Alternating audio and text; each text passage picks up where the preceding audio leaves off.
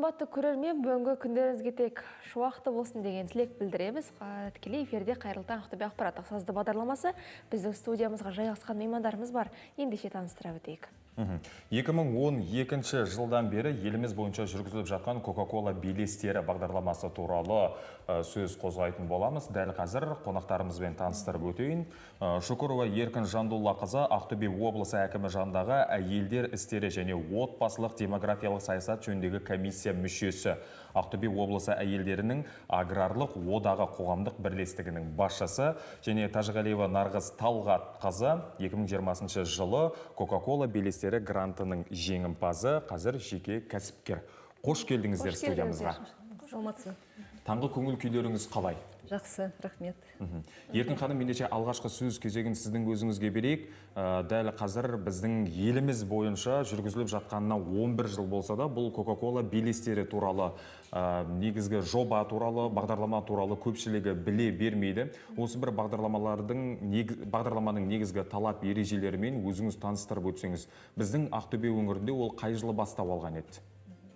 2020 жылдан бастап індеттің уақытында осы жоба біздің Ақтөбе облысына келді. Сол уақыттан бастап біз індеттің уақытында енді офлайн кездесе алмаймыз. Онлайн ретінде ауыл тұрғындарына осы жоба бойынша айтып, сабақ беріп үйреттік. Негізінде бұл жоба 2020 жылға дейін түгел тек ауыл тұрғындарына, ауыл әйелдеріне арналған жоба еді. Бірақ 2020 жылдан бастап қалада тұратын әйелдерге, оның ішінде көп балалы аналар, жалғыз басты аналар, болмаса мүгедек аналар болса, оларға да осы біраз көмек берді. Осы жобаға кіріп, үйлерінде отырып, жеке өздерінің компьютері арқылы тіркелеп, өздерінің үй іші жұмысын істеп болғаннан кейін, шаруаларын бітіргеннен кейін бос уақытында кіріп 1-2 сағат осы жоба бойынша оқу үйреніп. Бұл жоба бойынша 2 направление бойынша үйретеді әйелдерді. Бұл бірінші направление бизнес-тим дейді. Бұл 3 апта бойынша әйелдерге қалай компьютермен жұмыс істеу керек, қалай өздерінің аудиториясын жинау керек, қалай өздерінің шығаратын продукциясын продвигать ету керек, сол туралы айтып үйретеді. Және кейбір әйелдер айтады, біз білмейміз қай направлениеде істейміз. Я болмаса көрпе тіген ба, я болмаса сүттен, қаймақтан неше түрлі тағам жасайын ба, ол жағын білмей отырып, ол жағынан да неше түрлі сабақтар беріп, әйелдерге көмектеседі. Осы 3 аптаның бойынша 3 модуль болады. 3 модульдің ішінде 7 сабақ. 7 сабақты нақты әйелдер қарап оқып шықса, 18 сұрақ қойылады. 18 сұраққа жауап бергеннен кейін оларға үйлеріне, ұялы телефондарына, болмаса почтасына сертификат келеді. Сол сертификат ол бірінші маңызды нәрсе. Сертификатты алғаннан кейін олар өздерінің біліп тұр, қандай направление бойынша өздерінің бизнесін ашам деп.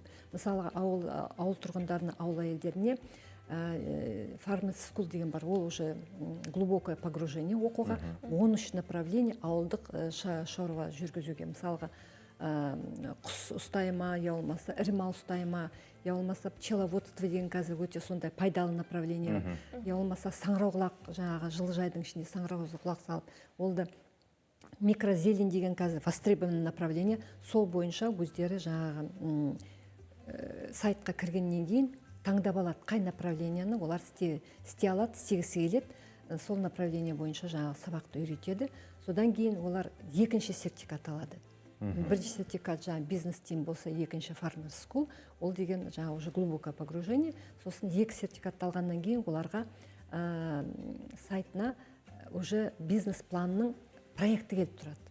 Сол жақта сұрақтар, оң жақта өздері жауап береді. Алған сертификаттарын тіркеу керек, өздерінің түгел аты жөнін, тегін түгел тіркеп, содан кейін мысалы, көп балалы ана болса, 7 баласы бар, 10 баласы бар аналарға, олар өздерінің түгел даналарын тіркетті, ол плюс болып кетеді. ертең конкурсқа қатысқанда көпбалалы аналарға преимуществолар беріледі. Сондықтан жаңағы қай жағынан болса да өте пайдалы. Мысалға даже жақында біз Байғанин ауданына барып келдік, бір әйел айтады, мен жаңағы өзімнің сиырларым бар, содан жаңағы еттен неше түрлі жаңағы тағамдар жасаймын. Колбасный изделие сондай. Енді жаңағы өзімнің шаруамды кеңейткім келеді, қатысуға болады ма деп. Бұл әйелдерге арналған жоба, иә, демек? Бұл түгел 100% тек әйелдерге арналған жоба. Демек, әйелдерді ауыл шаруашылық саласына тарту үшін, иә? Иә, дұрыс, иә. Енді көбісі сұрайды, қай жаңағы жастан бастап болады, неше жасқа дейін болады? 18 жастан 70 жасқа дейін әйелдер қатысуға болады.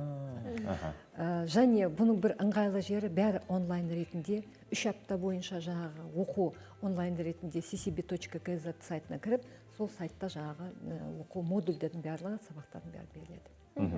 Ендеше әңгіменің басын Нарғыз ханым өзіңізге бұрайық. Жалпы Coca-Cola белестері жобасы сізге қандай мүмкіндіктер берді? Сонымен қатар сіз қандай кәсіппен айналысып жүрсіз? Мен негізі өзім жеке тігін шеберханасы болған, өзімнің шағын ғана. Осы Coca-Cola белестеріне жаңағы айтылғандай өзіміздің 20-шы жылы қиын жағдайда тап болғанмын. Індет болып жатқан кезде енді барлығымыз үйде болдық, немен айналысамыз, енді не жасаймыз деп болашағымызды көрмей отқан кезде осындай жаңағы гранттарды қарастырып көрейін деп әлеуметтік желіге кіріп іздестіргенмін. Әртүрлі грант жаңағы кездестірілген, бірақ соның ішінде көбісінен қалып қойған екенмін өзім деген. Жаздың соңғы айында жиналып, кішкене алға жылжу керек, осылай үйде отыра береміз ба деген ой келгеннен кейін Coca-Cola белестеріне тап болдым. Ойладым, бұл маған емес шығар деп.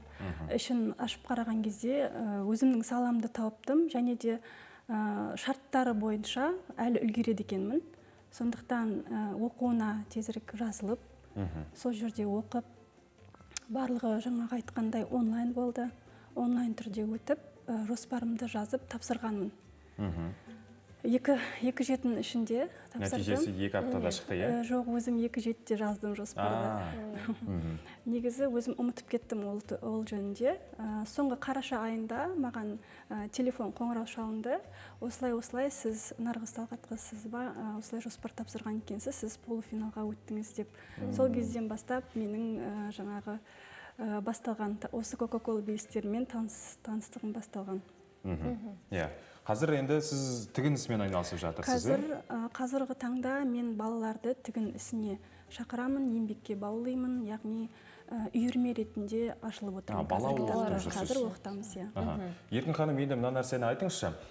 Бұл жоба енді әйелдерді ауыл шаруашылық саласына тарту болғанмен, қазіргі кезде ауылдың жағдайын жақсарту үшін біршама бағдарламалар, жобалар іске қосылып жұмыс жасап жатқаны белгілі. Ауылдың өзінде де жаңағы тігін цехы, не болмаса наубайхана деген секілді бағыттар бар, қазір дамып жатыр. Ал осы Coca-Cola белестері негізгі қай бағыттарды қамтиды?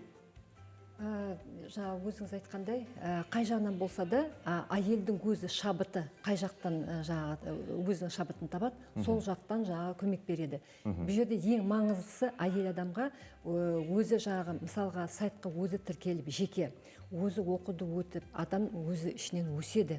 Оған қасында ешкім жоқ, мұғалімдері жоқ, ешкім жоқ, тек напрямую ол компьютермен отыр. Компьютерға мысалға кейбір сұрақтар болса, ол сұрақтарды тікелей бере алмайды, ал жазып оны да үйретеді әйелге. Әйел қай жағынан болса да уже өзінің внутренний потенциалын өсіреді. Сондықтан біз айтамыз, бұл жерде тек әйел бір жағынан оқу алып жатса, екінші жағынан ол өзінің жанұясына да үлгі беріп жатыр, бала шағасына.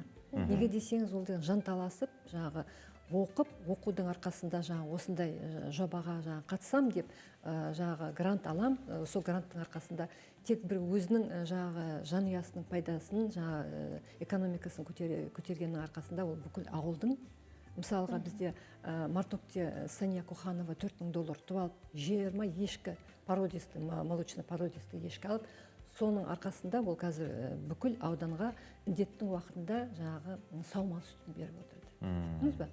Енді қазіргі кезде 3-4 әйел жалдап, өзінің қасына алып, көмекшілерді, оларға да жұмыс беріп отыр. Ол қай болса да ол пайдалы. Бір жанұяға болсын, бүкіл ауылға болсын, ауыл жағы жақсы болса, ауыл жағы байыса, онда бүкіл ел де байып біздің. Сол жағынан біз әйелдерге жағы ограниченный жағы не бермейміз, мына направление деп. Жоқ, тігін тіге ма, жағы пекарня аша ма, болмаса жағы мына Бөгетсайда бір қызымыз бар, ол өзінің жағы кафесін ашып, кафенің ішінде өзі түгел тағамдарын бүкіл өзі дейді. Выпечкасын, булочкаларын. Неге десеңіз, жағы жолдың бойында жеңіл тамақ не керек? Шай, булочка, жолға алып кететін, жағы термостарына құяды, сондай тамақта, ыстық тамақта. Ол да жағы, ол қызымыз 13 ауыл тұрғындарына 13 әйелге жұмыс беріп отыр. Техничка, уборщицадан бастап, жағы поварлар, жағы официант соларға. Ол да мен ойлаймын, әйелдің жағы өзінің внутренний потенциалын көтереді. Жалпы осы бір жобаның атауы мені қызықтырып тұр. Не себепті Кока-Кола белестері? Қайттан айтыңыз? Не үшін бұл жобаның атауын айтып тұрмын? Атауы өте бір қызық, Кока-Кола белестері. Горизонты, да, Кока-Кола. Негізінде бұл компания дүние жүзінде 120 мемлекетте өздерінің жаңа осындай бүкіл тек әйелдерге көмегін көрсетеді. Ауылдық жерде тұратын әйелдерге. Соның ішінде мен айтып отырмын, 11-ші жыл біздің Қазақстанда 4 облыстан бастады, 20-ші жыл енді індеттің бізге бір пайдасы болғаны Ақтөбе облысына бүкіл Қазақстанға уже кіріп, бүкіл Қазақстанға осындай мекен проектпен кірді. 2020 жылы біздің 3 қыз-келіншегіміз ұтып алды осы проектті. 2022-де былтыр бір келіншек ұтып алды. Неге десеңіз, бұл жарыс. Бұда 3 жағы направление бойынша бірнеше жағы тіркеліп кіру керек, оқуды оқу керек 3 апта. Одан кейін жағы сертификатыңды алу керек. Сертификатты алғаннан кейін өзіңнің бизнес-планыңды нақты жазып, бизнес-планыңды жағы уже қайттан тіркеп, қайттан жібересің онлайн. Сосын жағы Нарғыз айтып отыр ғой, 2-ші этапқа кіргеннен кейін жағы олар қарайды ғой комиссия. Олар өздері жағы қоңырау соғып айтады, енді ертең дайындалыңыз, біз сізге сұрақ қоямыз, уже прямой, бет-бет-бет, сонда жағы сіз бізге өзіңіздің бизнес-планыңызды жағы защищать етуіңіз керек. Жақсы, Еркін ханым, рахмет, және Нарғыз ханым бағдарламамызға келіп сұхбат бергендеріңіз үшін аталмыш жобамен, бағдарламамен таныстырып жатқандарыңызға ризашылығымызды білдіреміз. Құрметті ауылдағы қыз-келіншектер, баршаңызды осынау Кока-Кола белестері жобасына қатысуға шақырамыз. Ол үшін Еркін ханымға арнайы жұмыс орнына келіп хабарласуларыңызға болады. Не болмаса әлеуметтік парақшадағы осынау сіздердің жеке парақшаларыңызға жазуларына әбден болады. Осымен бағдарламамызды қорытындылаймыз. Бізге берілген уақытта аяқталды. Қымбатты көрермен, келесі кездескенше аман сау болыңыздар. Ақтөбе телеарнасы қосулы болсын.